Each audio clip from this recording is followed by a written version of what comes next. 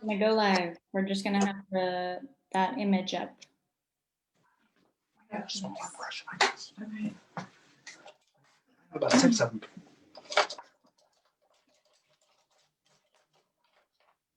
There's 2 right here. All right, good. No, just calm down.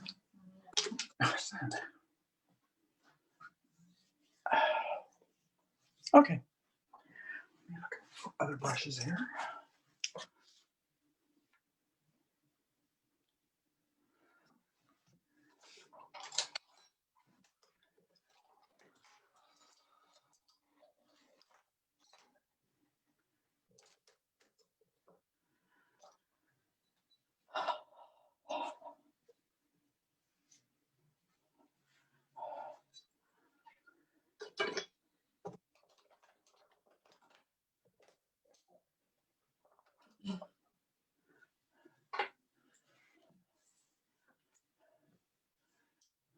Sonoma Valley. Uh-huh.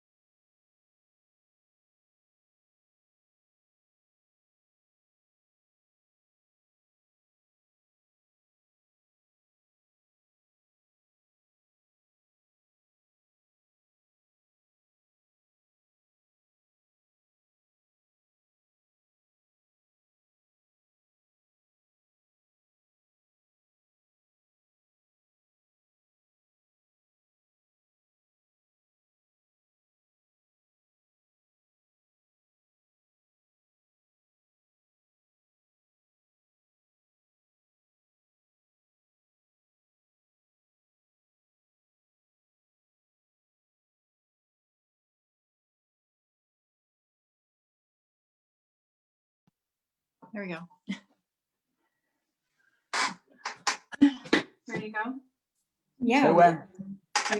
I'm gonna stop sharing here. Okay.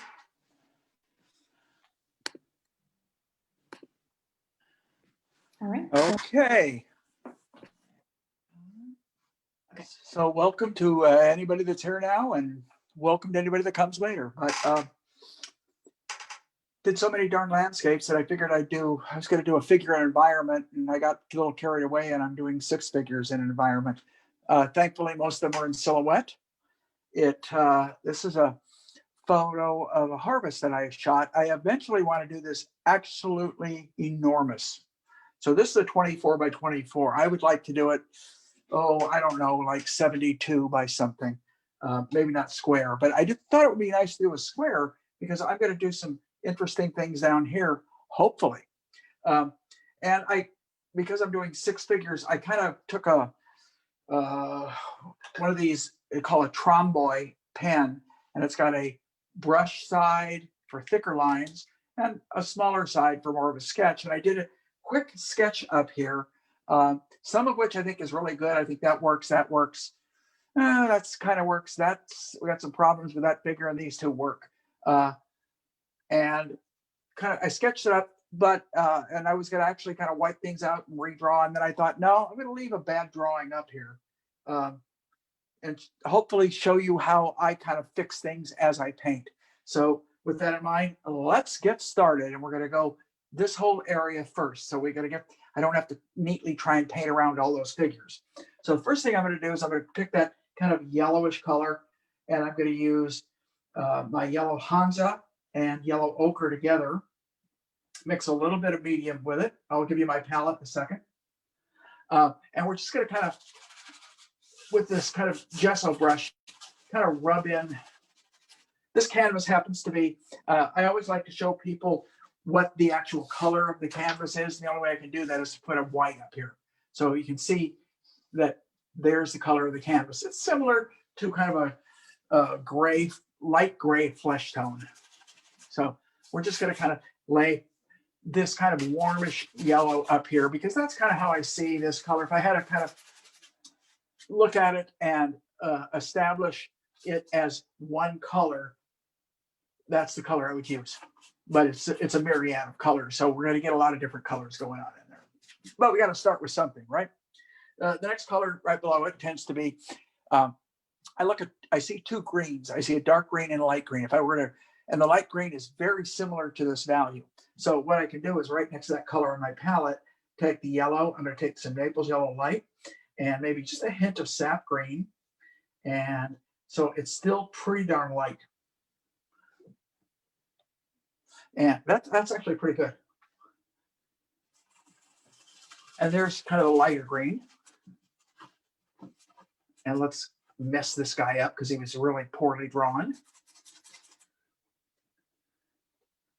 A lot of times when you do multiple figures like this, I don't know why. I wish I could give you a reason, but for some reason, one figure very often, at least with me, one figure bugs me, at least one. And I'll have the rest of them where they're pretty good, and that one figure just really stands out and bothers me, and which is the case, is the way it came out here. So we're going to kind of just approximate these kind of greens in here. If I need, see, you can paint over this a little bit. Don't be afraid, because we're going to come over it and fix it anyway, which goes back to that thing that I use all the time. Don't be afraid to be wrong. All you really need to do is fix it later. If you try and be 100% correct, and a lot of times that'll happen if you stand there, if you sit and work out a perfect drawing. I try and work out a better drawing than this if I'm normally doing a finished piece. Absolutely. But a lot of times by the time I get into my painting, I realize that there's things that I'm not that pleased with the drawing. So there's kind of a light green. Now let's do the dark green. And all that, I've just added sap green to that color. That's pretty good. It's a little intense. I may want to tone it down. It's a little more intense than I want. So I'm just going to add a little bit of the asphalt to it, just a little bit. I could add a little too much. I could add orange to it. There's a lot of different color. Any warm color will work. Burnt sienna. So it's going to be sit somewhere here. I don't want it to be as dark as I can go. And as I've said many times, I do not like to start and get my extreme darks or extreme lights in. So we're going to do this, come up over this guy's shoulder. And if I can use this brush in such a way where I can create some interesting character and edges at this point, great. Some of them I'll leave, some of them I won't. The ones I like that tend to work with the rest of the painting, I'll leave. The ones that don't, I'll work over.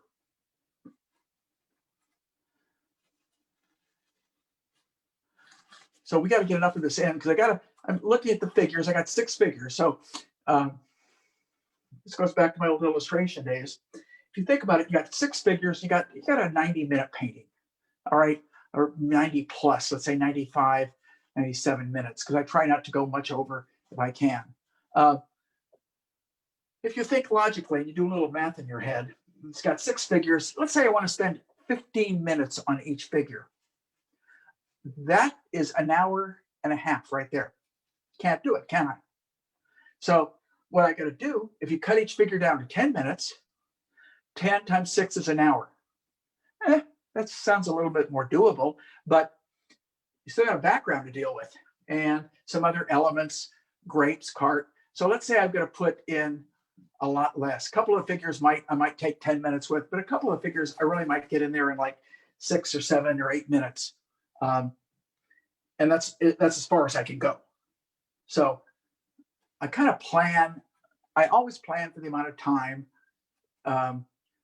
when doing demonstrations. When doing paintings, I don't plan for the amount of time. I just do them. If they take a day, 2 days, 3 days, 4, and then that's how long it takes. And the reason I'm saying that is I think it's very important that when all of you look at these, you realize these are live painting events, demonstrations, whatever you kind of want to call them. They're not exactly the way that I would go about doing a finished painting, because I would be going, I'd be doing what I'm doing now pretty similar. I really probably wouldn't change it a lot. I might be doing something quite similar, but it's as I go into the refinement stage, I would spend so much more time. A lot of time looking at it, thinking, making decisions. Right now, this is reactive painting, which is kind of fun. It's intuitive to a degree.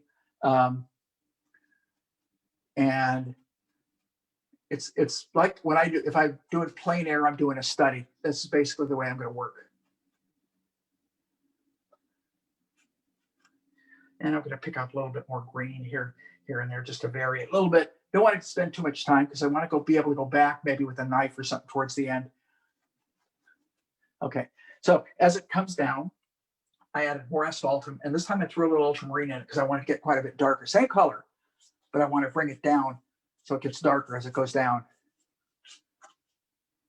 Even not quite as dark, but behind these guys, off to this guy. Let's look around in here. We get a little more golden color. We get a nice dark. I'm gonna use this dark while I've got it mixed up. Okay. I'm asking you, like you're gonna answer me, huh?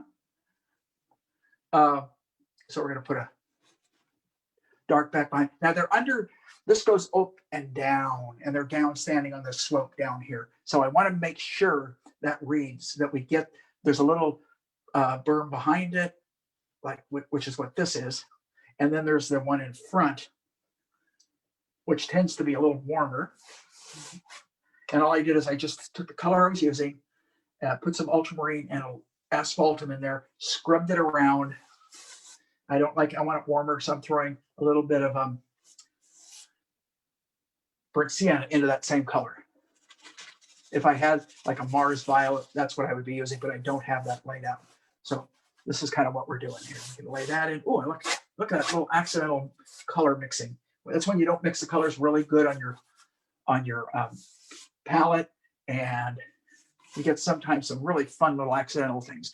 Okay, so we're going to leave that alone. There's another little dark area that comes out right in here. I'm just going to leave that alone. So we're getting to the point where I can actually start getting into the figure. I want to get this little area laid in, take my brush, clean it off, go back to the ochre, a little bit more ochre this time.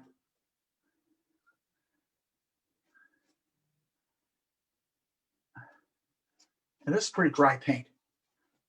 It's not real. And maybe I'll add a little, I just did it. I said maybe. I just added a little alizarin crimson. Look in front of that hat. I see some warm, so I might as well just smack it in there right now.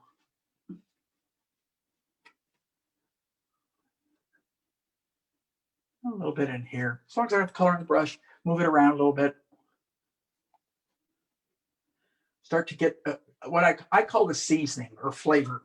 You give a little flavor to these kind of singular colors. So next thing we're going to do is we're going to paint this since it's behind him. Dark red. I'm going to take burnt sienna straight and see what it looks like. That's pretty transparent. I'm going to take burnt sienna. I'm going to add a little alizarin, a little white, and a little blue. The reason I added a little blue is I want to dull it down. That feels a lot better, even though it's a little transparent right now. Transparent meaning it's not real, it's not thick and opaque. Sometimes there's a lot of artists that much prefer to work that way. Very transparent at first and then come in with their stronger opaques at the end. I highly recommend that. I don't think that's a bad way of working at all. In fact, I think it's a safer way of working. But when you're working pretty quick, you can't always, you just don't have that luxury.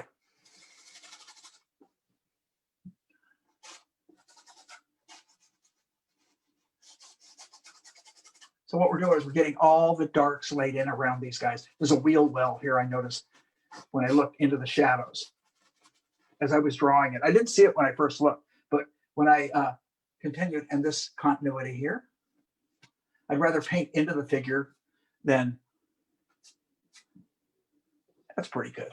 All right, now let's get that wheel well real quick. I'll just take green and put it right back into that same color. Why? Because green's its complement. It's going to neutralize it and make it nice and dark. So this is the wheel well.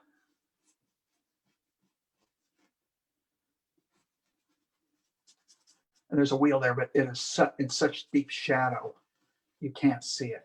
Most of this, you understand, most of my figures are in shadow, so I'm going to be dealing with a lot of shape-oriented type stuff here. I might as well get a little tone in where the grapes go, and then we'll get right into those figures, okay?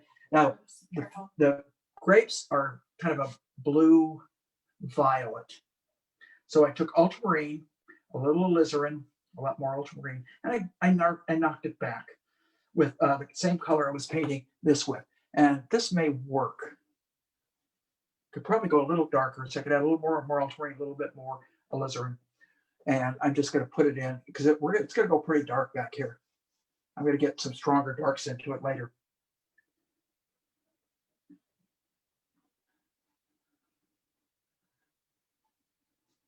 But what we're doing is we're setting it up. And I think I've used this statement before. I repeat myself a heck of a lot when I teach. It's just, whether it's good or bad, it's something I do. And that is, every stage is a matter of setting up for the next stage when you paint. You're not painting a finish. You're painting the stage before the finish. Always. The more stages you can do before you really do what we would call a finish, probably the better off you are. I'm sorry, I keep bumping the camera. My shoulder does. I will try and not do that. Now I'm going to take as dark as I can go, almost. So I took that same color and I just mixed asphalt into it. But I want it to be kind of neutral, so I'm going to add a little bit more blue and maybe just a little bit of a light color. So I'm not quite as dark as I want. But what we're going to do is we're going to mass all these darks in. And we're going to simplify everything to a dark. Anything I see in shadow, I'm going to almost do it the same color. It's almost a dark blue violet right now, for lack of a, if I were to describe the color that I'm using in on his neck. You know, I'm not going particular. I'm going very broad. So what I'm doing is using this brush, because this brush will, I can lay more in quickly. And in doing so, I can get to where I'm more careful, which is what I want to do at the end. We want to be, you know, I like to, when I even talk to students about it, I like to say, be sloppy in the beginning, be neat at the end. It's a simple way of saying, go for it in the beginning. Don't be afraid of being, of not getting it exactly the way you want it. And as you come closer to finish, make it more exact, make it more the way you want it to look as a finish. And I hope any of you guys that have watched me do any of these have seen that in practice, because that is literally the way I paint, whether I paint a studio painting, a portrait, anything. It may start by looking a little bit not too good. Little simplified. Start simple, finish complex.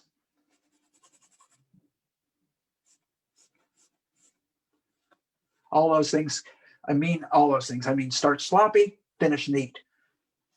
You know, start bold, finish careful.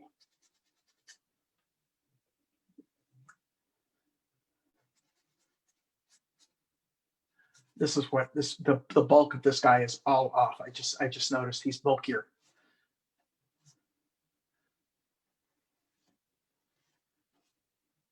I just noticed that. So this is warmer, this is bluer. Values are almost the same, so I'm not too terribly worried about it. Diana wants to know if you always paint standing up. Almost always. When I'm outside, I always do. I have actually painted a couple of times sitting down outside. I don't paint as well. I don't get back as much. So generally, I do paint standing up almost all the time. I paint, let me put it this way. I paint both ways. Sometimes when I'm finishing, I'll sit down. When everything's in there, everything's looking pretty good, and I'm just worried about finesse and things, sometimes I'll sit down. But generally, I find standing, I do better.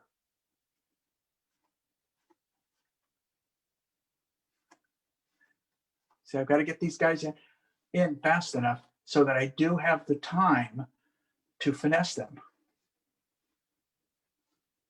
Meaning add whatever is necessary to make them feel completed. Big brush, sloppy strokes. Have fun. Going back again to some of my old sayings, and this one I can credit myself with. I don't have to credit another one of my teachers. I came up with this, and that is paint like you know what you're doing and assume you're wrong.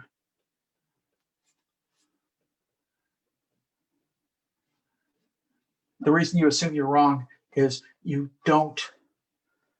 will not try and make it perfect right off the bat. You will automatically be a little bit more free, carefree about your overall approach. So now if I need to particularize these in terms of color, in terms of value, subtle value, I can do that at a later time.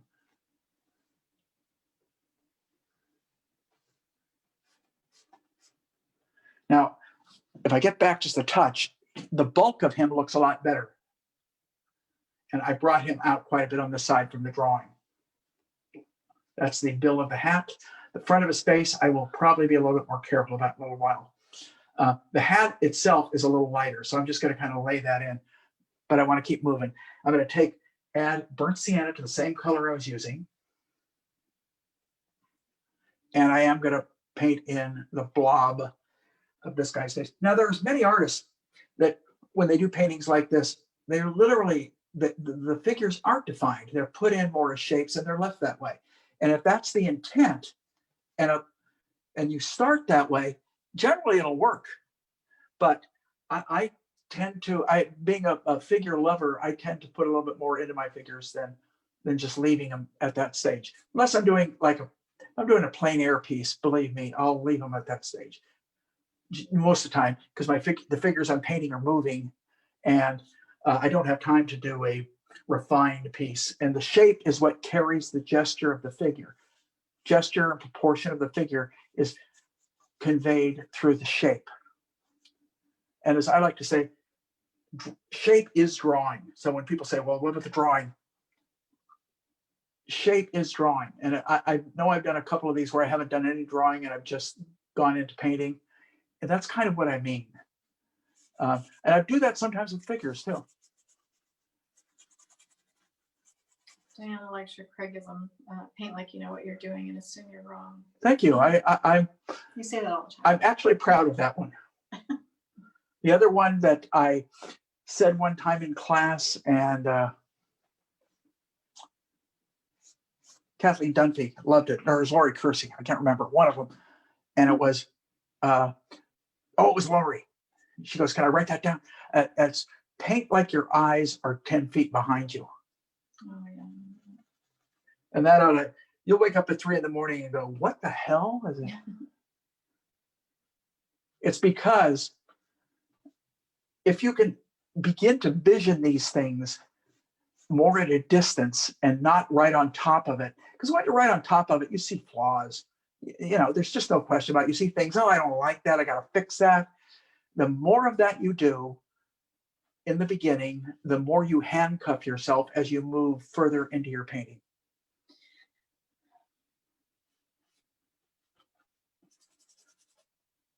he's got a hand down in here. So I'm just going to kind of brush over it so I have a little bit of a placeholder in there. A lot of this I think I'm just going to get rid of and just make it work when I paint it. Same with the shadow of his hat. I like this guy. Huh, son of a gun. Of course, I don't know how it looks from a distance. Up close, I'm very happy with it. I like it when I'm very happy. Doesn't happen too often. Now, look at that nice dark color. Let's just at least smack this guy's hat in so I have it in there. I can always correct it. Probably going to be wrong. Sideburn. You can't see it. I can barely see it. So weird. Visor. Front of the hat. Oh, that's really screwed up. Okay.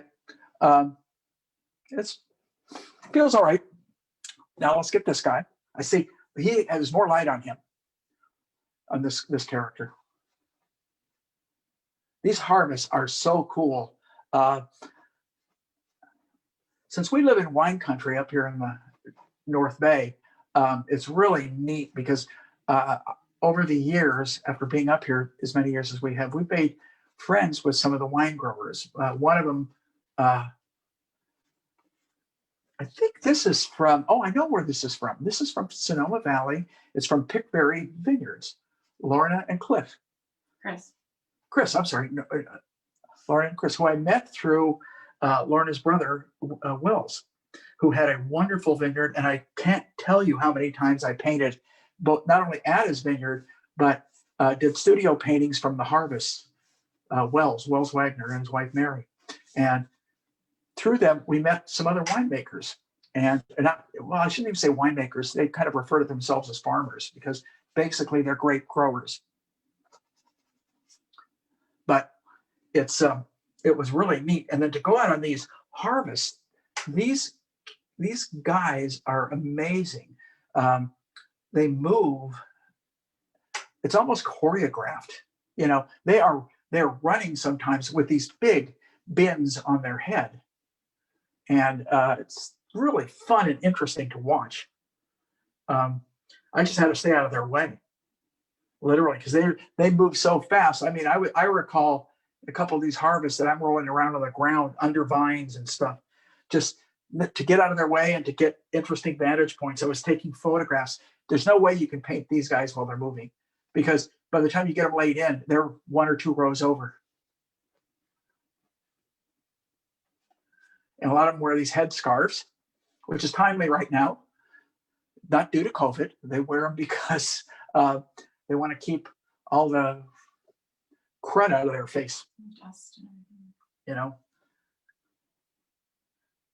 But it's something I always felt was, to living here a few years, I always felt, and so many artists just paint these beautiful vineyard paintings, which I think are wonderful.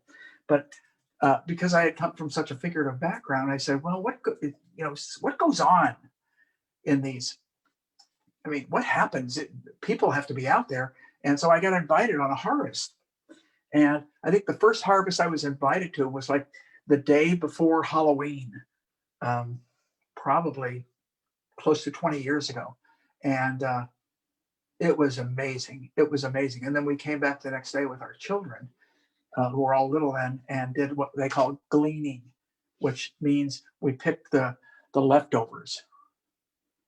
And then we went over to another house where they actually made wine or turned it into grape juice. And that was going to be put into barrels and fermented. So it was really, it was instructional. It was exciting. And our kids who didn't want to go loved it by the time they had I think they loved it. Yeah. If you ask them now, I don't know if they'd say, well, they got gloves and clippers and yeah, got to pick their own and learn about. Yeah, they learned. I know Mary was telling them, they said, well, how much is a glass of wine? And she says, take a handful of grapes in one hand. And they said, that's a glass of wine. So it's kind of neat. I mean, it was really interesting. Talked about the health benefits of grape seeds. So I'm going blue here, by the way. It's still in shadow, so I'm still painting the shadow, but it's a white shirt in blue. It's probably the only white shirt up there that I can see. And there's a pattern on the back, but I'm not even going to get in. I don't want to. I wouldn't paint the pattern even if I had all day, just because I think it's already such a busy painting. I don't want to make it busier. You're still using that clumsy brush. Huh? You're still using the clumsy brush. Right? Yeah, I'm still using it because it's still laying. When I'm doing my lay-in, very often I will use a brush more like this. Sometimes if I want to lay it in a little bit neater, I'll use my larger rosemary, like a number 12. This is just variations of blue back in here. A little bit of skylight on the top. So it's starting to work. I don't know how well, but it's starting to work. There's a bag hanging down here. And it's hanging, what this is up here, just in case you guys can't tell, there is a, having been there, I know it, it's a, something they drink out of. They keep water in it. And when they need water, they go back and they get it out of the bin here. Okay. So now that we've got that done, let's at least get a tone down here and then we'll start in. And so where am I at? I'm about 30 minutes. Hell, I feel pretty good. I shouldn't say that. I just jinxed myself. Yep. I know I did. Shouldn't have said it. Darn. I often underestimate because what I just got through saying is, oh, I feel pretty good. And then towards the end, I'm going, oh man, I wish I had a few more. So the perils of painting. And any of you guys that are or have been art students I know without a doubt can relate to that. You think you got everything's under control, you got all the time, and then all of a sudden you're approaching deadline and you're panicking. Oh my God. And you guys have had the unique opportunity of watching me do that in a few weeks past. I think last week was one of them. Where right towards the end, I'm going, uh-oh, I just don't know if I have the time to get. So you get it done as best you can. Then leave it alone, go back and look at it, see if it's as good as maybe it's better than you thought it was. Of course, maybe it's worse too. So. Okay, so that's green and shadow. Or as I like to call it, green and shadow. Now we're gonna go a little thinner as we kind of come down here. I could see that lighten up. I kind of blew that. Let's take some straight yellow and put it in there. Okay, that feels a little better. And let's get a big swatch across here. And then let's get kind of some of that yellowish. It's almost the Naples yellow light that's been kind of grayed down. So I took Naples yellow light, white, kept the residue in my brush. I'm just looking at, there's a lot of green, there's a lot of other colors. But again, kind of like this, I got to lay a base down. So there's kind of my base. Maybe first stroke tells me I want a little bit more color, so I grabbed a little bit more of the yellow ochre. And then we want to lean green, so I just took a little bit of sap. Oh, it's not bad. But I'm going to throw some more ochre into it. It feels a little too cold. So we'll just kind of get a little bit of this going. Move it over. Boy, sometimes these accidental little colors that pop out work for you. Of course, sometimes they don't. But let them stay in the beginning. Don't overjudge it and say, oh, it doesn't work. I got to, because what happens, you find you spend time on the wrong things. And you spend time, and not just time, but time and energy, care, whatever you want to refer to it on the wrong things. So if you can kind of get this a little bit under control, kind of at the beginning. So I took ochre, mixed it right back into that color. I'm actually take a little cad orange. I'll tell you why. As I glanced up here, I saw it go warmer than I did here. All right. And that was just, so I threw just a hint of cad orange and along with the ochre. And we'll start with this. Even I'm going to throw a little bit, okay, of burnt sienna in there. A little bit more. And we'll bring some out here. Then I'm going to scrub, I think, this way. I've been scrubbing too much one direction. I think I can put some up here. I can see warmer colors occur here. I don't want to dwell on it because I could really spend too much time, but why not? Well, I've got the colors, why not use them? So I'm going to take burnt sienna, add it to the color. I've got some blue and some other, and I'm going to just scrub a tone down here. So I've got some sort of dark to work off of. Add a lot of turf so I can rub it in, kind of push it into those other colors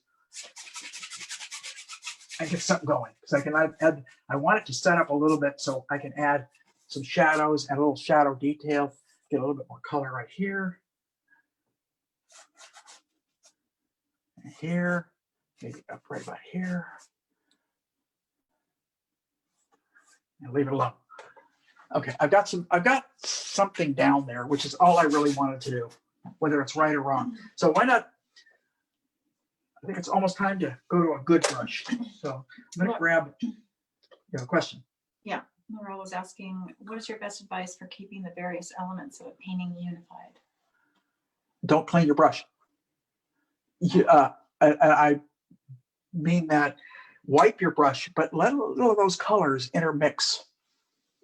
That's one of the biggest problems. People try and mix an entirely new color, and in doing so, you actually separate it too much. You separate everything, and you don't. It's like push it in. So there's a green. I push into these other colors. How do you avoid getting dirty color then? Don't keep doing it. Do it once or twice. Leave it alone. Go back to it later. Or keep wiping your brush. Yep.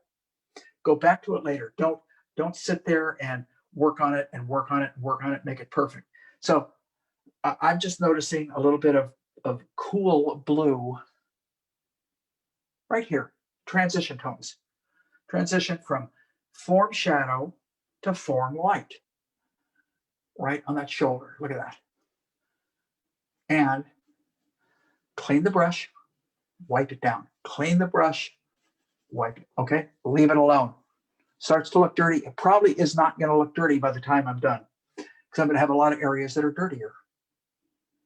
It's a degree, you guys. Now, this guy's shirt, it's a duller blue. So I've already got a color mixed up that I used over here. And I think I can use that almost on his shoulder. Let's try it. A little bit more blue in it. Let's try it again. On his shoulder. So I raised his shoulder in terms of the drawing because it was not good.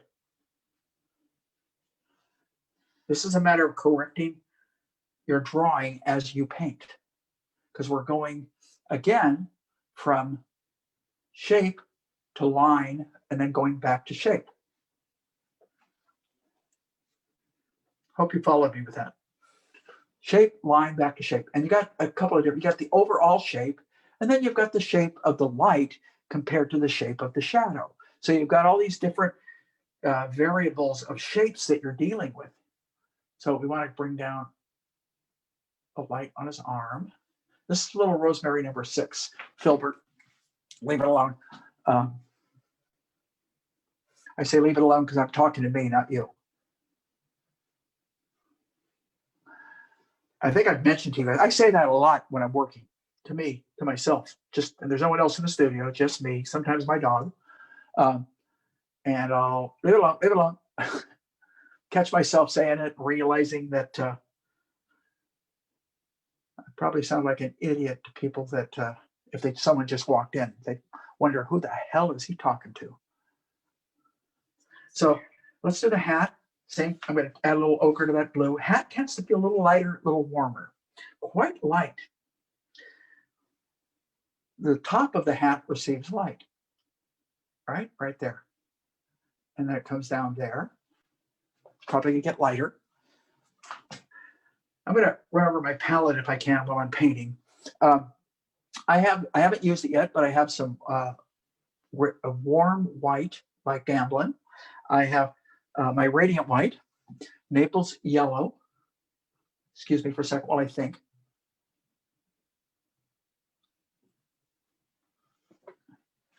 It's the back of the hat. That's why that took some heavy duty concentration. It really didn't, but Then I have a yellow Hansa as opposed to a, I don't know why I have that instead of a Naples, excuse me, a CAD yellow light. It's just because that's the tube I picked up. I grabbed a yellow and I went to lay it out and I went, whoops, oh, no, I can make that yellow work. It's just not as strong of a yellow, that's all. And then I've got yellow ochre, cad orange hue, alizarin crimson, burnt sienna, ultramarine blue, radiant blue, sap green, and asphaltum.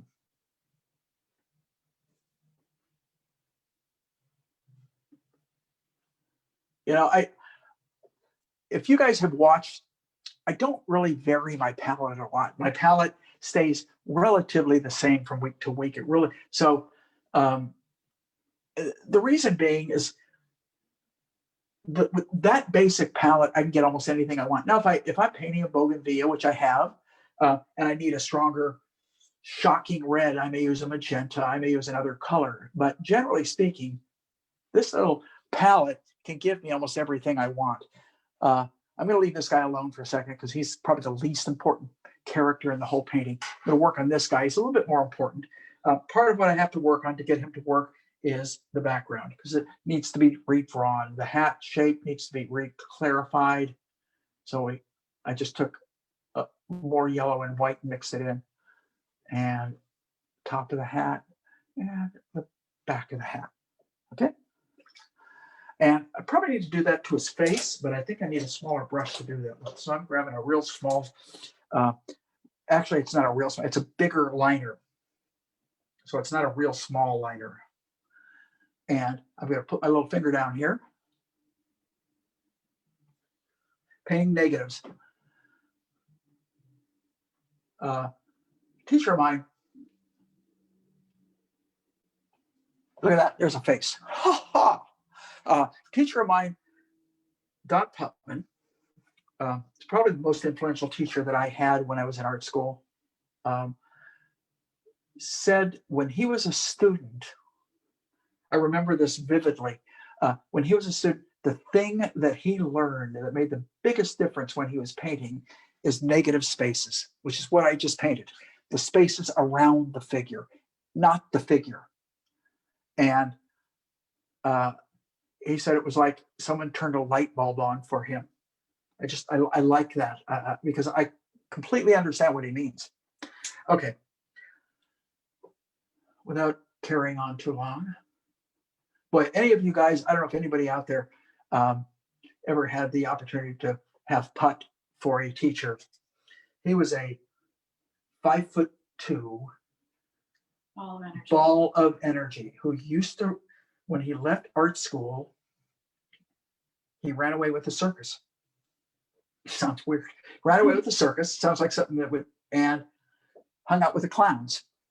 And because he kind of had a clown character to him as it is, he hung out with the clowns and he learned how to do things on the trampoline. So I remember when we were students, we went over to his house. He had a trampoline in his backyard. He was doing backflips for us. But he did a lot of paintings. I think some of his best paintings, truthfully, were from the circus. Clowns he influenced me. In a little bit of subject matter because I like the idea of clowns putting on makeup. See, I've got this guy's shoulder way too far out there. I can tell. What do? Let's bring it back in. Oh, that's better. Isn't that better? You guys think it's better? Hopefully. Hope you do.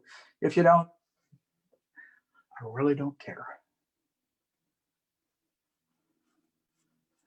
So negative shapes. Again, I like the light on him. You know what I'm using for that light, by the way, is that I mixed it in with my other colors, but this warm white. And then it goes down into, he's got a shirt on underneath. These guys dress in layers a lot. And a lot of it has to do with the weather. They usually start this thing when it's sometimes, I mean, it's pretty cold in the morning. They'll start the pick sometimes 5:30, 6 o'clock in the morning. And usually they're finished by 10. And the reason being that was told to me is they don't, these are Chardonnay grapes, by the way, and they don't like those grapes to be out in the sun too long. And so they try and get most of the pick done before. And in fact, there are many of the vineyards, I think right now are actually, I don't mean at this moment, but work in 2, 3 in the morning. And I can put some reflected light into them because I do see it. Let's get it in the glove. So we're getting all this nice indication. I'm saying nice. You guys may not think it is, but trying to get this indication in there. Oh, that looks okay. I don't want to worry about it now. I'll worry about it later if I have the time. Don't have the time to over worry it now. Got the interior. I think I've got that. He's got his hand is in shadow. He's got a glove on that hand and it's in shadow. So I'm taking the red because it's kind of a red glove. And I'm looking as where it sits. And it sits about here. I kind of left a spot for it. That feels pretty good. I probably have lightened it more than I need to. He's got a hand right there. And I'm just going to paint it like a shape. Kind of lose it. And then he's holding a little blade. Again, down in here, got to kind of get rid of some of that. Okay, I'm going to grab my little brush, warm white. I got to keep an eye on the time. I just look at it. Okay, I'm about halfway done, 45 minutes. Let's get the light on the book. This is warm white, and then I had too much warm in it. I had too much alizarin. I got to put some medium into it so the paint will go down. So that's the corner.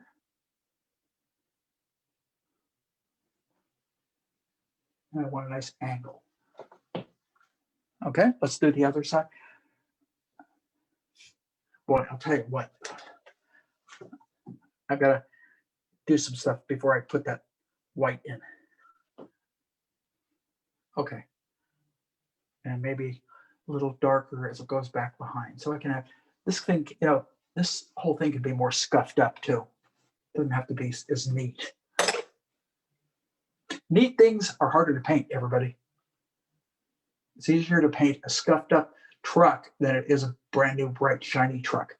And it makes it more fun. It's probably more fun for the viewer to look at too. Okay, and we want parallel. There, the sun is hitting and missing, I can see. So it gets thicker and thinner. And there we've got pretty much what he's holding. And if I need to, I can take and add just a little bit more light on the back of his arm. Leave it alone. Move on. Let's get on to this guy. What do you say? This arm isn't completely in shadow. I do see a little bit of light peeking in right in here, the top of his sleeve, pulling down so he gets a pull down there. Shadow detail, I guess you could call it. Okay, little backside of his glove, a little bit lighter. I mentioned his hat. His hat is lighter than his flesh tone. So I'm going to take some alizarin, excuse me. That's not alizarin, yellow ochre. And I'm going to paint right into that paint. And what I've done is I've just lightened that part of the hat a little bit. And then it goes into kind of a half tone. And the half tone is where almost anytime most color happens in the half tone, everybody. Most of your brighter color. Doesn't happen in the bright lights because the lights are so bright it bleaches out the color. But it does happen in the halftones. A little bit of light on his visor, on the top of the hat, and then it fades. So I'm going to fade it that way. And the back of his hat. Again, I'm using this number 6 at this point. Now I'm going to go back to just the yellow ochre. Get a little bit more color variation. And as it goes up, it's a little bit, a lot of these little tiny things that I'm doing add a little interest so it doesn't look like it's a flat color. So there's the top of this guy's hat. This collar is catching some light. Again, back to my kind of mixture that I used earlier. It's got a little blue, a little white in it, but it's light. And what we're going to do is we're going to hit the collar right about, whoa, I don't like that. Clumsy stroke. It was too wet. So what I can do is I take this color of the shirt and I just carve it. That feels so much better right there. Now, his face, believe it or not, and I know you can't see it, but it's warm. So I'm taking burnt sienna, mix it back into this kind of a color, or warming his face up and his ear. And I'm going to hit it one more time because I don't think the ear was strong enough. So there we got a little ear. And then the back of his neck is catching light. But I'm going to make it a little warmer than I am right there. That's the back of his neck. Now we'll take the shirt and we'll bring the collar of the shirt up around, right around there. Okay. It's getting a little too warm. So I added a little more white, a little more blue to it. Okay, that feels better. A little bit, maybe. I think I might have gone a little too blue. Oh, let's see. Maybe some warm white back into that color. Let's give it a shot. Let's start on the edge of the bin, which I think the bin's got to be a little taller. Light there. I probably shouldn't be picking with this little brush right now, even though and then on the cuff, and I am going to switch. I feel like I'm picking too soon. And when I do that, I switch, I go to a larger brush, always. It's probably a good point. If you feel like you're over picking it, go to a bigger brush. 9 out of 10 times, that'll solve that problem.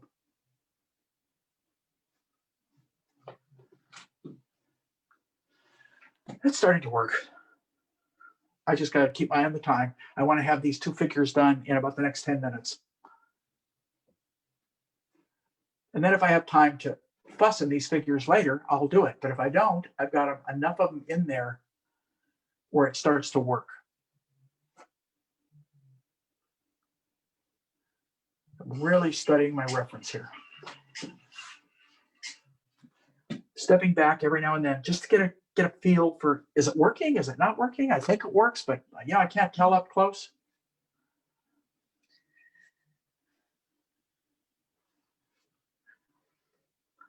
This guy's probably, these 2 characters are going to be the ones that carry the weight in terms of the amount of painting that I do.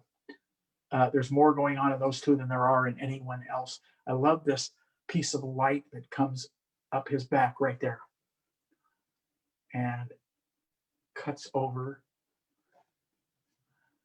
And all this stuff is adding to the gesture and the activity of this particular character. You look for the pulls, you look for the folds. Where does that fold occur? And that's why you want to have enough paint down so you're painting into the paint. You're not trying to butt, I'm not trying to butt an area up to a color that I've already put down. And I noticed that it goes back to a color that's not as dark because of the undulation in this area. The pants tend to be a little cooler. So I right next to that color, I mixed up another color, slightly darker, slightly bluer. And that's this. And we'll put it there and over. Every time I paint into wet paint, I've got to go back and pick up fresh paint because I'm contaminating the paint that's on my brush. Contaminating with the color that I'm painting it into.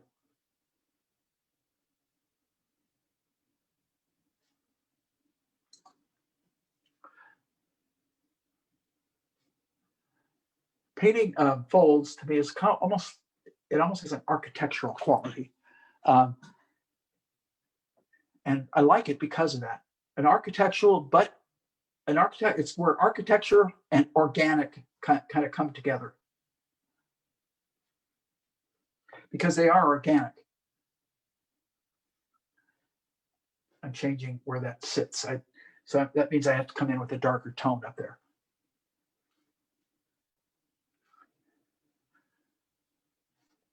Well, I don't know about you guys, but this is fun. Haven't done some vineyard workers for a while. It's one of my favorite subjects. Some people know that. I fell in love with it when I started painting it, 20 years ago. There's something about it. It gives me figures, it gives me environment, gives me a little bit of everything. So I'm gonna leave it. I know I can brighten that up a little bit more and help it. Hopefully I will. Okay, let's get this guy in. So we got enough of him going on so it begins to feel kind of correct. Back of his hat. I'm going to use a lot of the colors I already have mixed up. Back of his hat is kind of bluish. And then his visor. And we want to fade that. Okay. And I can see right now that I'm going to need to make that scarf. And I'm using ochre and cat orange. But I want to paint it darker. I want to paint the shadow. So I'm mixing a little bit of the cat orange and the burnt sienna. Kind of in there. A little bit more of the cat orange. I want to separate from the hat is why. You saw me flip my brush over. The reason I did is I knew I had more paint on the other side.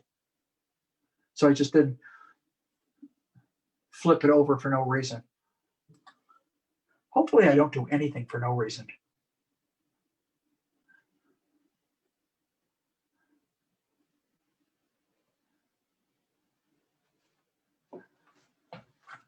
Standing back, it's okay. It might be a little light. It might be a little too light there. But I can make it work by lightening what's behind it. Again, negative space. Watch.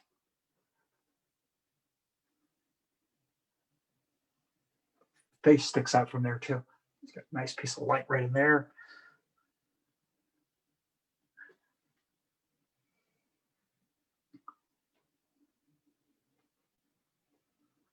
Okay. So now we'll put a little bit of the face in. I probably should have had it in there earlier. Keep it dark, slightly warmer, but definitely darker than the scarf. Oh, that's good. That's a nose, in case you're wondering. And the muzzle, where the mouth is, down to where the chin is. And we'll leave it. And that's good enough. Now I'm going to take that same color. I'm going to darken it up in here. I think I'm going to darken that hat a little bit too. So I took the ultramarine, the asphaltum, and you know what? I got that hat. I can see right now I've got a little bit off in drawing. So I'm going to take some of that green and yellow and whatever the other colors are there. And I'm going to come in and there we go. Fix it there. Fix it there. And in order to get this to stand out, I'm going to need to add a little bit more light to it. The right there and there. And we'll leave it alone. Back of the scarf. The back of the scarf. I need an in-between brush. I don't have one right now. I wish I had like a number 4, but I can't see one. So I'm going to stay with the small one for right now. And we're going to go in and I'm going to mix the back of that scarf. And for that, I already started it with Naples yellow light and cat orange hue. And let's try it and see where we're at. Because I know I'm going to go lighter. Okay, I want to go a little bit lighter than that. So I add a little bit more Naples to it. Let's try it again. Feels better. I'm getting the jump, the snap that I'm beginning to see. I'm having to add medium because I'm painting into very wet paint. As I paint into that paint, as I've said many times, I'm picking up residue. I'm picking up other parts. And I know I can go lighter there. And I can add in some of the darker folds. So you don't only paint one direction. You paint. Now I'm going to go really light. I'm going to go straight. I've already got some residue pigment in this brush. I'm going to go straight to the warm white. And for that, we're going to hit it right there. Pick up more paint because I'm painting again on top of very wet paint. We're going to right there. Pick up more paint.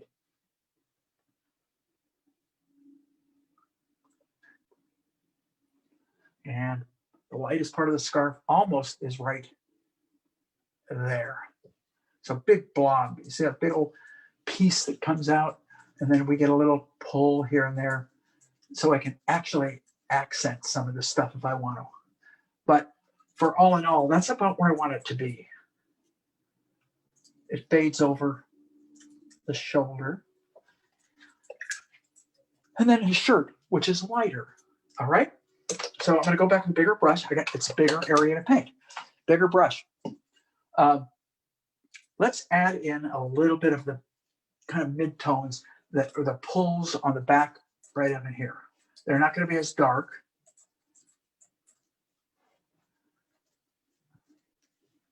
And also down below his elbow, it's going to have a little bit of that. I can see it right now. Now, I got to paint the flesh of his arm in, and it's actually not that different than the light side of the scarf.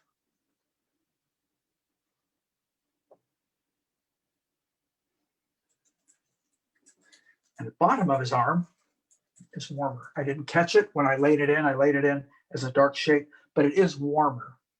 So I can just take into the color I've already got there, just take a little bit of burnt sienna, brush it in, and then just slightly go over that edge.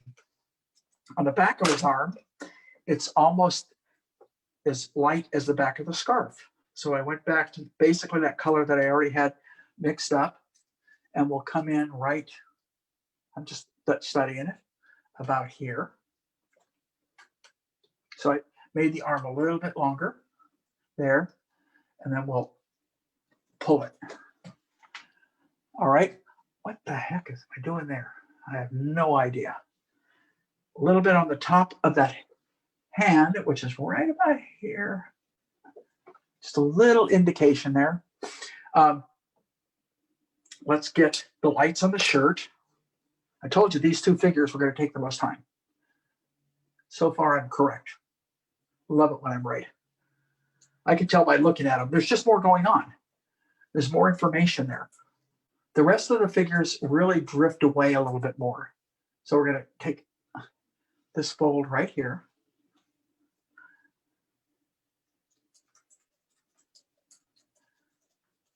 And get some of the activity of the pulls. Probably have to add some more darks in. Right in there. A little bit lighter on the shoulder. I want that shoulder to come up a little bit higher. Wow, right about there. And then I picked up more white because I was getting a lot of color in my paint, and I was not a happy camper. So we're going to go with the back of the shirt.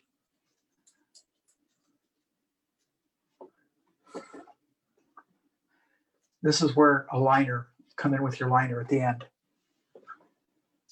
and add those folds in. So Renato was asking about the mediums and thinners that you use, and sometimes I know basically you use Basically, I'm all using on everything, but when do you use Gamsol, and when do you use solvent-free gel? I use Gamsol more at the beginning. I haven't been using it lately. I've mainly dealt with, as I'm painting on top of wet paint, I'm using either the solvent-free gel or, in my case, safflower oil. In some people's case, it would be linseed oil. So it depends upon what you're doing at that particular time. Okay, we're going to leave that alone. I don't like that dark right there, but I find myself fussing and at the wrong time. So we're gonna, and then right about in here, we start to pick up some light on his backside of his shirt, right about here, here. And I see, look at light on this part of the bin where is that light happen? Right about here. And then he casts a shadow and it picks up again down. Let's go there and there. Okay.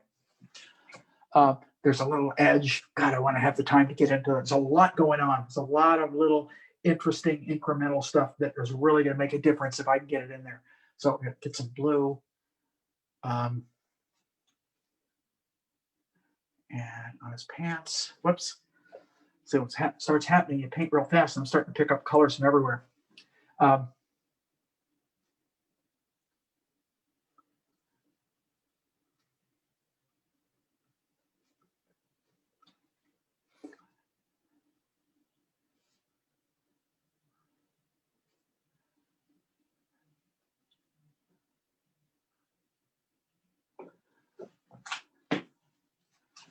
I don't like some of that. I like some of it. I don't like. What I don't like, I carve back. What I do like, I leave. And I just finesse and correct the areas that bother me rather than repaint the whole thing.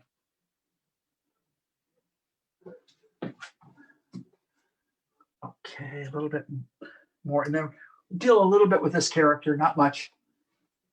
But I want to get a little bit more. The front of that character, I'm going to make warmer because it's getting a reflection. But, oh, I want warm, but not dark. There, now that's asphaltum. And we'll brush that out under the arm a little bit.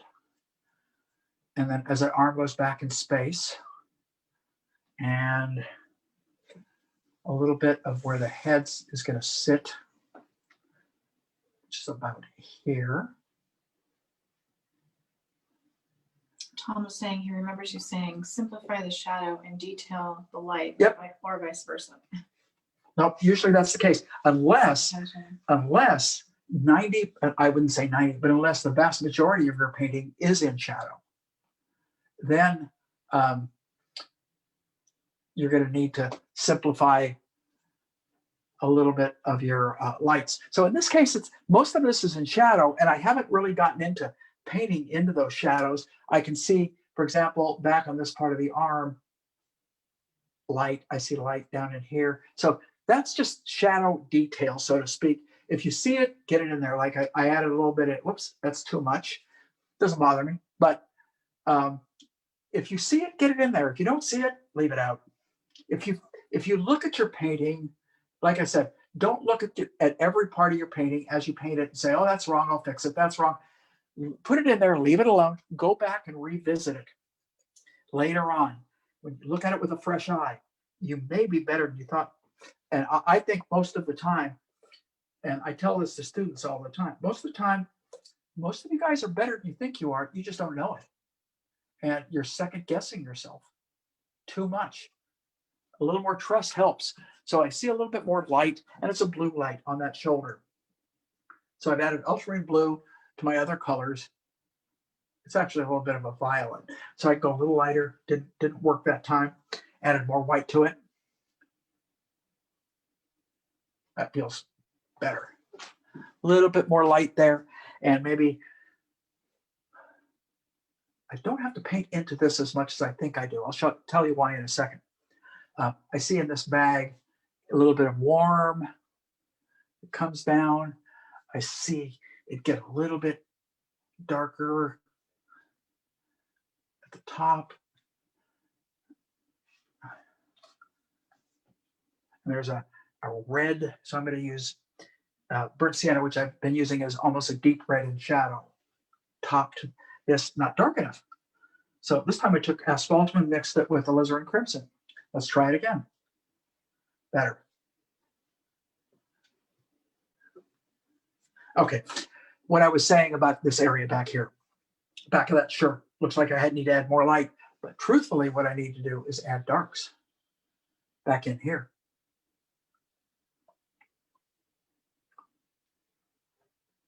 So sometimes it's not what you're looking at, it's what's around it that makes it work. Example, I can pull the front of that arm out. And this is where we're going to start. I'm just about where I want to be. Say I'm a little bit behind now. I told you I shouldn't have said that. I jinxed myself earlier. So I need to start getting a lot of the other areas to work. Oh, I didn't do this character. We'll get him done in just 2 minutes. Okay, I don't want to spend long. We don't need to. Top of his hat. I can use warm white and a little bit of Naples together. Probably come pretty close to what I want to be.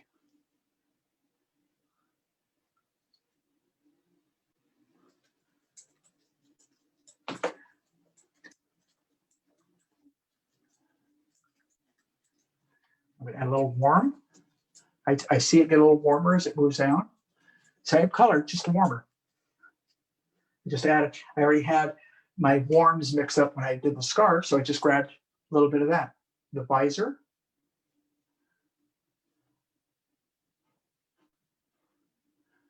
The top of the shirt.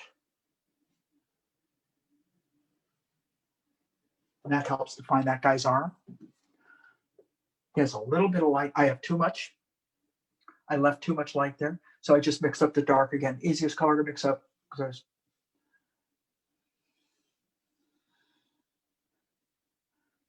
get rid of some of this.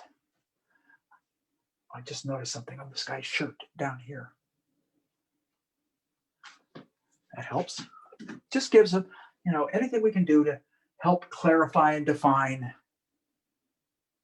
part of the shirt, under the visor, on this arm. Really light touch, everybody.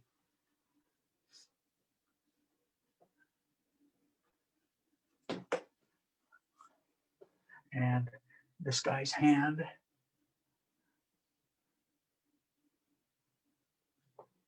Okay. Now, if I messed it up, which I think I did, just go back with my darks and bust it. Okay. Okay, we got to start working on some other areas. I'm going to work a little bit right now. I'm going to go to my darks, and I'm going to hit a dark. Not dark enough. God, surprising.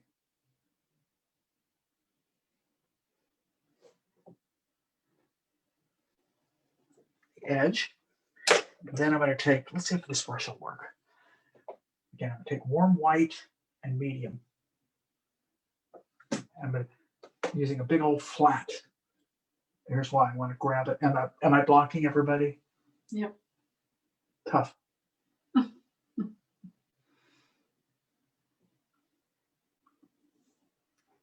Okay. A little bit there and a little bit of cool light. Right. Follow straight across. Here, I'm amplifying what I see. So we have a continuity. Sorry for the readjustment. Okay. Very quickly, I'm going to mix one more of the grape color, a little bit more red into it, a lot more white. And let's see what happens with this. What do you say? Nope. It's too white. Larry, over here.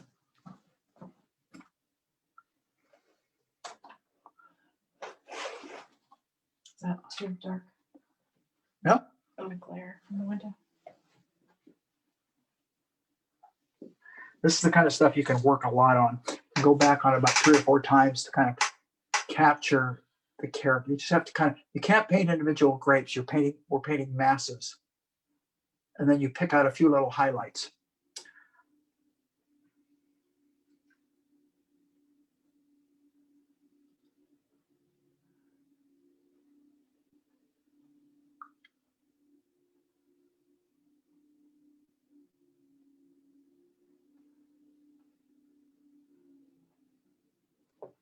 I'm going to leave it alone because I don't have time to do more to it. I'd like to, but I don't have time because I want to get up in here. And we're going to go back to a big brush. I'm going to take this. Actually, I'm going to take, I'm going to take the big one. I'm taking number 12, Rosemary Flat. I'm going to take ochre and I'm going to mix it into the scarf color. I want warm. Ochre and warm. And let's just scuff some of the warms that I'm beginning to see. and we'll build to the darks and then put some lights. I would probably do about 12 layers of this, but I'm probably only going to do about 4. So we just don't have time to get all. And I'm guessing when I say 12, that's an educated guess. But probably, I'd probably go back over it that many times. A few comments. Cara was saying that she loves watching you work and listening to you explain the thought process.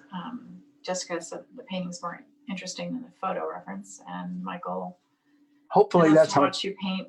It makes him realize it's all about forms, light and shadow, and not details necessarily. That's it. Who said that, Michael? Yes. Okay. See, now if I were grading today, I'd give you an A+.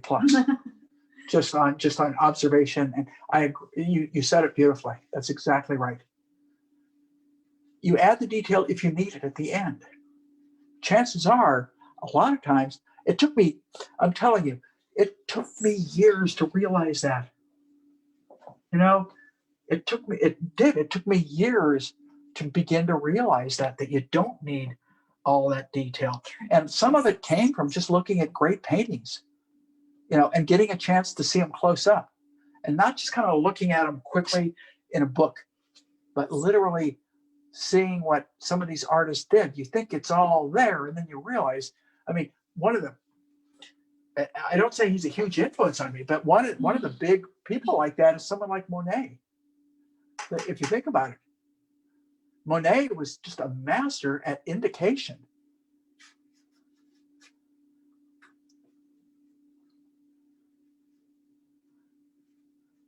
He's a wonderful landscape artist who I've spoken with a little bit online, who I've really become to admire, who is, to me, I'm going to give him a nickname if no one else has already given him one, and it's a guy named David Sharp up in Canada. And my assessment of David is he is the master of understatement. That would be my assessment of him, because he can do more through just using less refinement and more feeling into his paintings. And I think it's just wonderful. I love to look at artists that don't do exactly what I do, because I learn from those guys.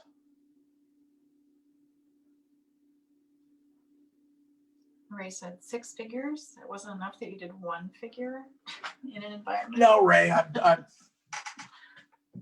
proving what an idiot I am is what I'm trying to do here. Also challenging myself once again. So, and it's fun to try this crap and see if you can do it. It's like, can I do it? Can I do it? Sometimes I do it better than other times. Sometimes, you know. And one of the things about these live painting sessions is I never know how good they're going to come out. Sometimes they come out okay. A couple of times they surprise me. They come out good. And often they come out, okay. Just nothing to write home about, but I've had fun. Hopefully you guys learned something. I mean, it's a combination of all that for me. I want you guys to enjoy it. I enjoy it. I want to learn something. I want you to learn something. So it's a win-win. Let's put it that way. It helps that you explain what you're doing when you're doing it, so that we can see what you're doing. I'm just trying to give the busyness in terms of texture and value in this area back in here. So you're still using a really large brush. Yeah. If I use a large brush because I will put different kinds of strokes down. If you notice, I'm turning it from time to time. Sometimes I'm using the whole part of it, and sometimes just a corner, an edge. Now, if I come in more neatly around the figures, I really should be switching down to a smaller brush. But I don't want to take the time. Some of this up in here really needs a lot more work on it. I can see. I'll take a knife to it right at the end. Before I get too far into that, I want to keep moving. Oh, I've got almost 20 minutes, 15 minutes. So if I go to, maybe I'm in better shape than I thought I was. mixing new greens, I'm mixing new yellows. I'm not constantly using the same color. So when you guys see me pull my brush away, it just means I'm mixing a different color. I see, it's because I see something. And as I see, I see light up in here. So why not just kind of let my brush dance and twist its way through the painting. And after a while, I'm going to pick up, I'm intermixing, but at this point, it almost doesn't matter. But after a while, as I pick up too much paint, I may want to switch down and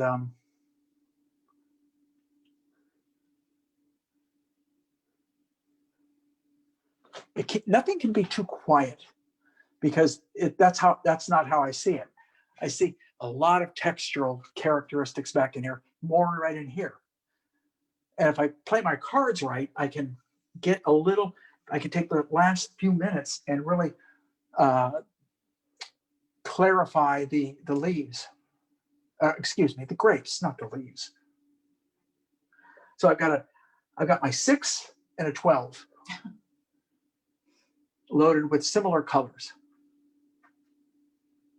This is something you can go back, you can let this dry and go back on it and add more texture. I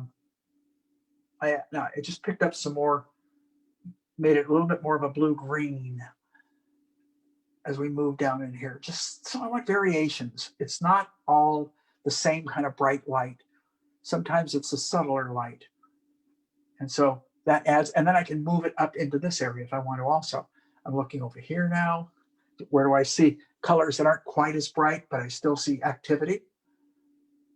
Down in here, I didn't hit that. Oh, you know where I see some? I'm asking you like you're gonna answer me. Down here, helping to clarify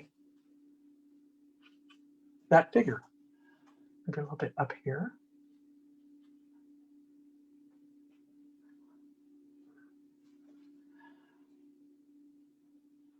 Okay, I've got to work on the foreground because I'm spending all my time back there. Now we got to bring this brim. It's got a faint aura of light on it. I really like that. You almost can't see it.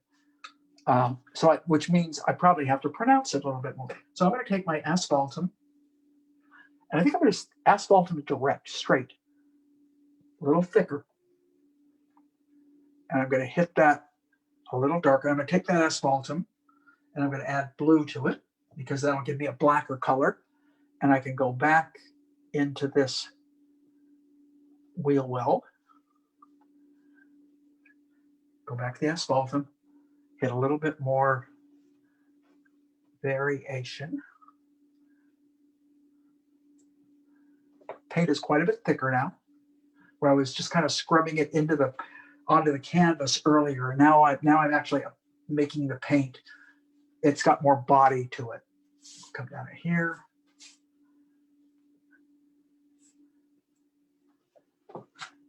Okay, now let's give a top to that. What color is it? It's very neutral. So I'm taking white, asphaltum, and blue. Asphaltum and blue, very neutral. White makes it a little bit lighter. Let's see if I'm going to go light enough. Nope, I want to go a little bit. I'm going to take some Naples yellow light. I think I went too light. Figures. So Ray's got a question. Out of all the many subjects that you paint, which one is the most time intensive for you? Venice. See, I didn't have to think about that, Ray. That by far is. It's architecture, it's windows, it's perspective. Water. The water is the easy part, I find. But all those other elements, it takes more drawing. It takes more accuracy. Landscapes, I would say, take the least amount of time unless I really want to get deep into it. And then I have found when I was first doing landscapes, I wasn't putting as much time. Now I put a little bit more time into it because I want them to be better. And I go back and do just what I've been describing. I revisit areas that I thought were okay. I give it a day or two, go back and look, and all of a sudden it's not as okay as I thought. I know I can see more that I can do to it. And I think that happens in general with paint. So you can kind of see that I've given it a little bit more of a bouncy quality. And right below it, a little bit greener, is right about in here.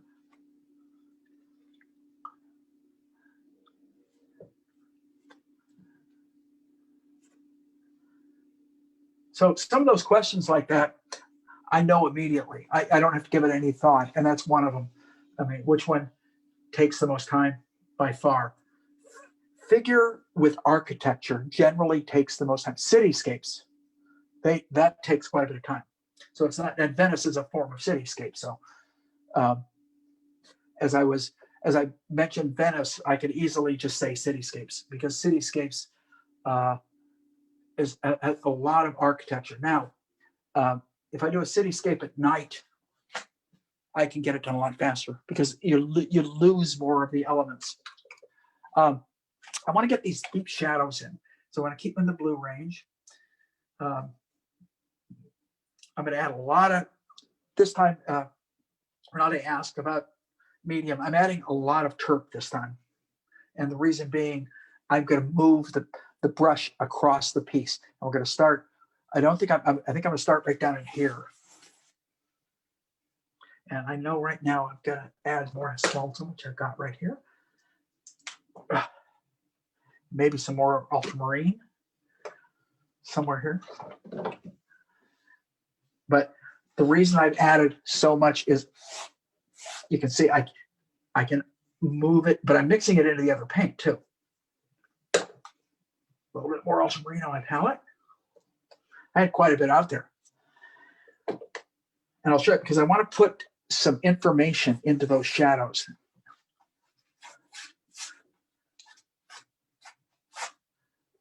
By making these strokes kind of dry a little bit and using different parts of the brush, I get different kinds of edges.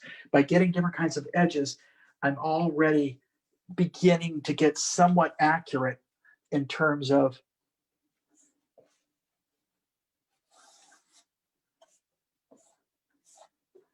and I'm using a little bit of design, my kind of instinct.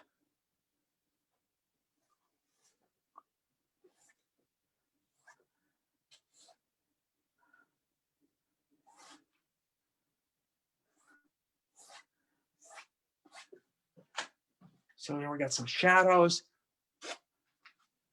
Too dark, just brush it out. Now I want to start to get some of the texture in these shadows and then texture in the land. That's where I would put a lot of time in if I were to really carry this to a really refined state. I would be putting a lot of time in doing things like this. So you're kind of using more terp at the moment, right? Or not? Huh? Using more. I mean, combination. Yeah, I'm using terp, and I'm intermixing colors a lot.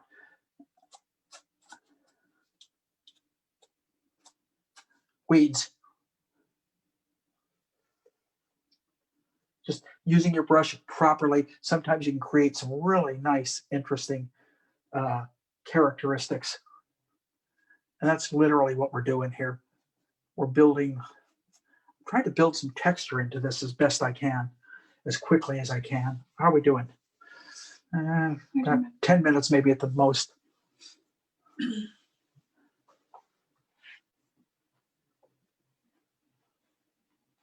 I want to give myself about 2 minutes at the end to do a little bit of work on the grapes.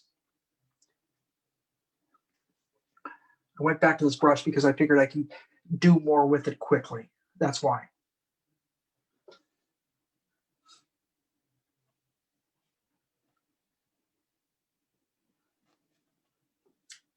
Pat was asking, what camera do you use for your reference and what printer do you use for your photos?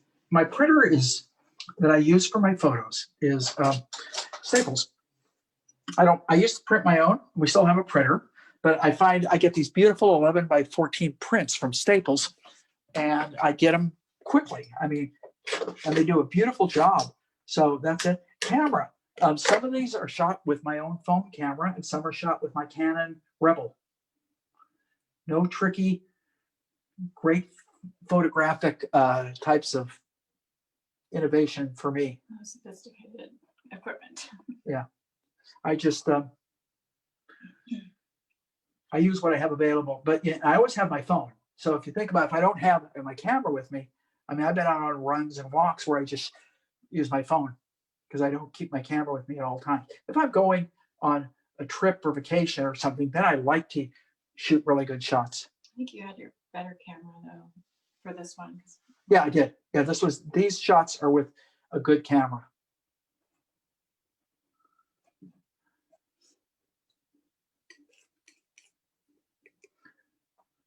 And you know, a lot of these are film, are older. They're older, so they're film cameras. Remember film? Yeah. Somebody wrote me just recently. I said I had posted something, and I said I think it was Jim Baldridge, and he said to me, I said I did these 2 pieces for video box covers, and he wrote to me, "What's a video?" What's a video box? And I said, "Well, a video is like a DVD, but you got to think about that it's on a long strip of brown cellophane housed in a black box that you put into a machine." So Ray's a good question. He said he always forgets to ask you, was there any difficulty for you when you went from a tighter approach in your illustrations to more painterly? is there any difficult? Was there any difficulty going from a tighter approach from your illustrations to more painterly one in your gallery work? Yes, it was. I can still go back and tighten up. I found that I could because I've done a couple of, I mean, when I do portraits, they generally are a little tighter. So I do have that ability, and so I haven't lost that, knock on wood. But it took me a while. I've been told, and I know Ray knows Bill Mon. Bill told me personally, he says that he's known me for quite a while, and he says, your style's really changed. I don't see it because I'm involved in it, I suppose. But he's commented, and I don't know if other people have noticed. I can't tell you. I'm a lot freer than I used to be. I can tell you that for sure. I'm a lot more daring. And some of that comes from,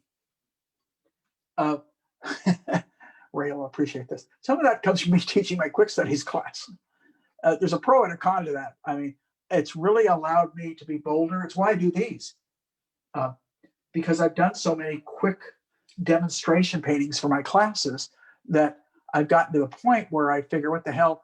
And I know sometimes, as I said, sometimes they come out and I shock myself. They really come out well. And other times I've actually done a few where I've kind of embarrassed myself. I don't know if the students have been aware of that, but they really just have not have been that good. And it just happens. I just kind of write it off to experience.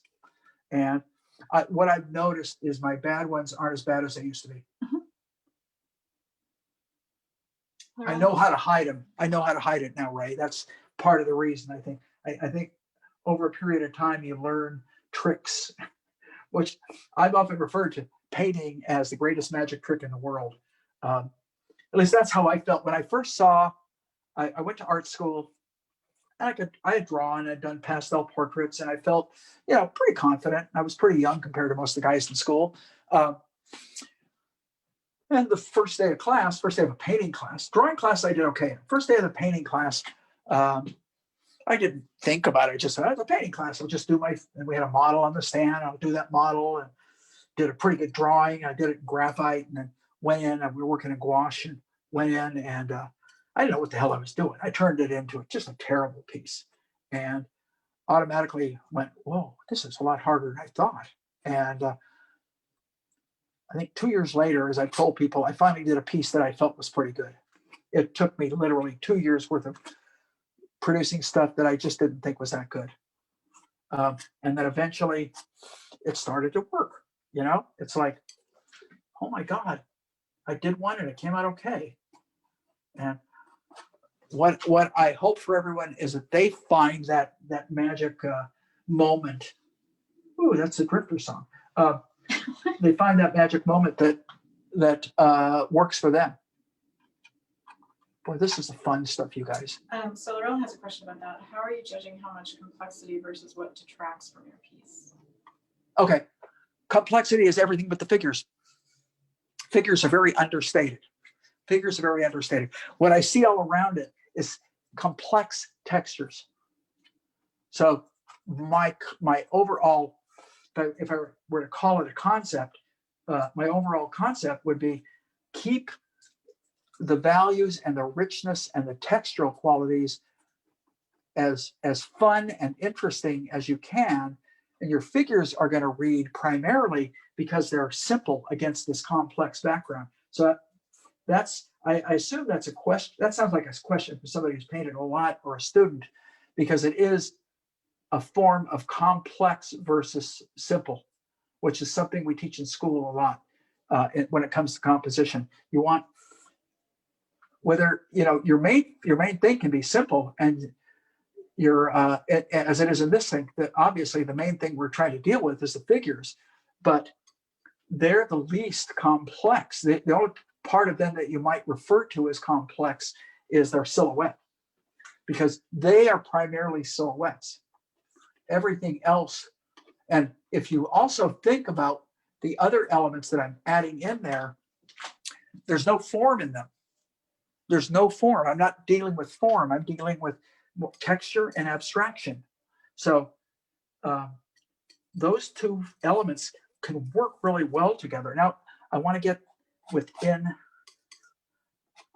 this is where I like to put, so even though I have texture in the lights, I like there to be some in that shadow. And this is where a lot of times I will go back and put a lot of energy and thought and kind of time into it, but I'll do it much the same as I'm doing it with something like a knife, so I don't overwork it. Because of my illustration background, it goes back to what Ray was asking me. My illustration background, I had a great tendency to want to overwork.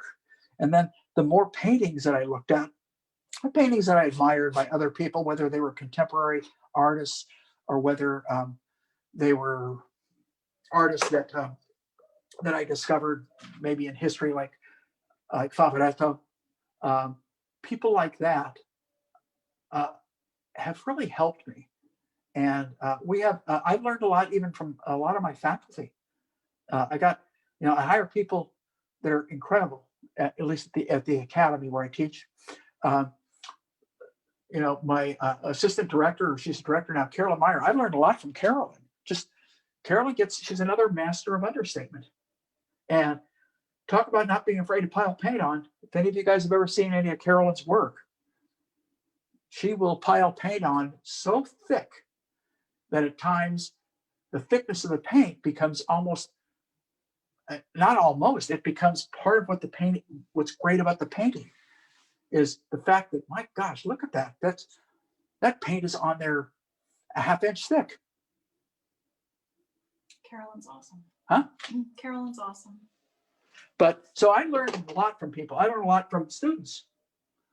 I learned a lot from ex-students, looking at some of the stuff Ray's doing. I look at it and I go, wow, that orange and blue color scheme, that's become your signature.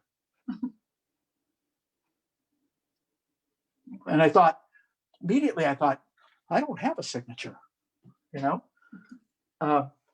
So I learned a lot from a lot of different people. And in terms of composition, I learned a lot from guys like Wayne Thiebaud and things where he breaks compositional rules. A lot of people, you got to do this, you got to do that. He goes in and goes, oh yeah, look at this, and he makes something work that you would think, well, I was told never to do that. So, that old line, when it comes to art, that rules are made to be broken. Man, that is so true for everybody. It's like putting something in the center, dead in the center. Sometimes, that we've been told not to do that. But sometimes that's what you want, and it works. think you're going over a little bit. Am I gone over a little too much? Okay. Maybe. I'm just having too much fun and talking too much. And thanks for asking all the questions. And for you guys that hung around for this whole thing, if I had medals to pass out, you guys would get them. I'm impressed and humbled that you actually want to hang around and watch paint get smeared on a piece of canvas. And I assume that's because all of you love doing this as much as I do. I'm mixing different kinds of reds. And this is where, whoa, look at that. Nice. That's a Carolyn Meyer stroke. I